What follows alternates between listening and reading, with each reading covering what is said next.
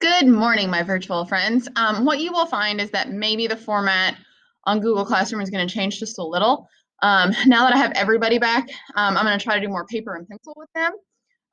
So I will still be posting the assignments for you, and just let me know if you have any issues with them. Please directly email me. I keep that up during the day so I can always answer your emails fairly quick. So today what we're going to do in class is we are going to look at our on-demands. We are going to do a reflection on them. So I am going to post this PowerPoint for you guys, and all that I want you to do is to go step by step. So we're going to go over today in class, just making sure first people have the on-demand finish from week 23. We're going to go over the situation.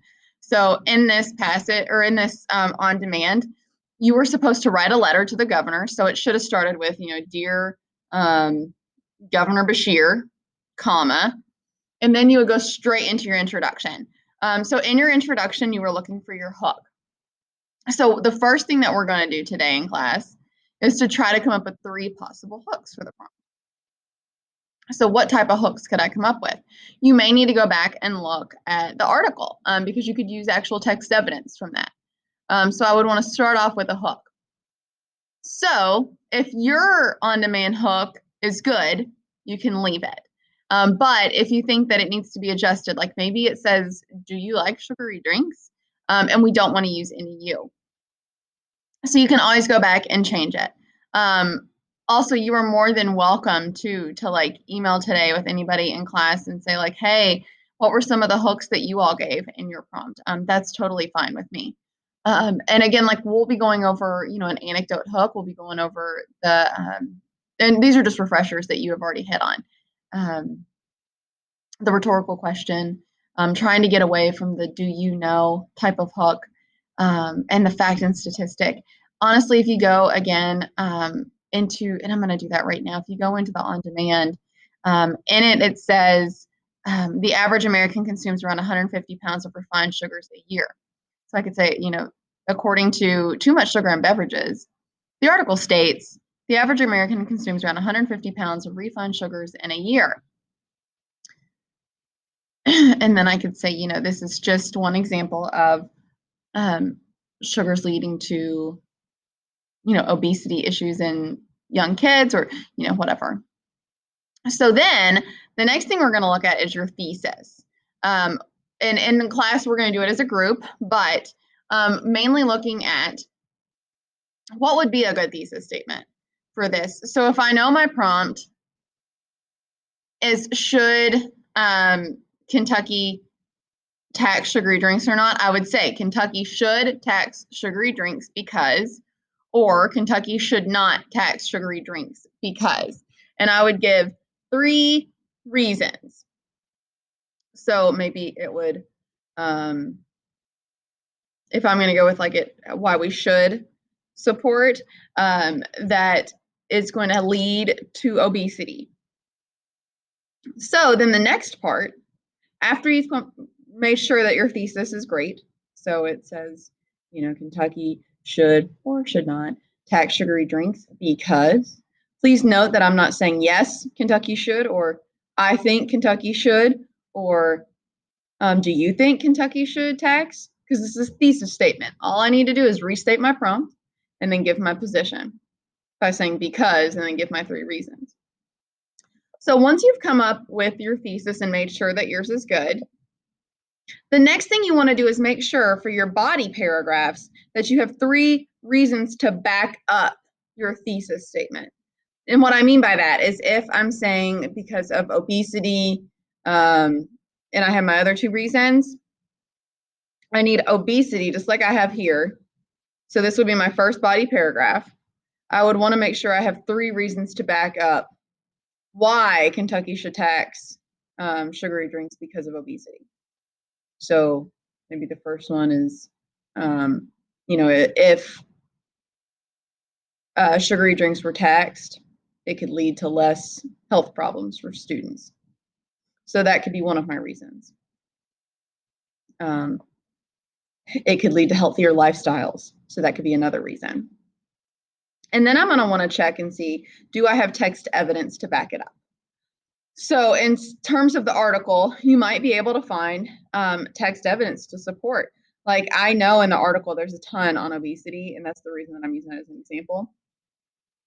So like what text evidence is fully supporting obesity being an issue, and obesity I don't mean to just keep harping on that, but it's just my example. How it's leading to health problems in young kids or leading to health problems even in adults, like that could still be an issue. So I'm looking for, if I'm giving my reason in my body paragraph, so I started with my topic sentence. So Kentucky should tax sugary drinks because it would lead to obesity issues. Then I would go into my reason.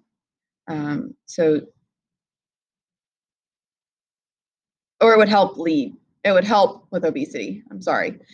So my first reason could be something like, if Kentucky taxed sugary drinks, it would help prevent, like, I would even honestly just say probably for my first one, like morbid obesity in children.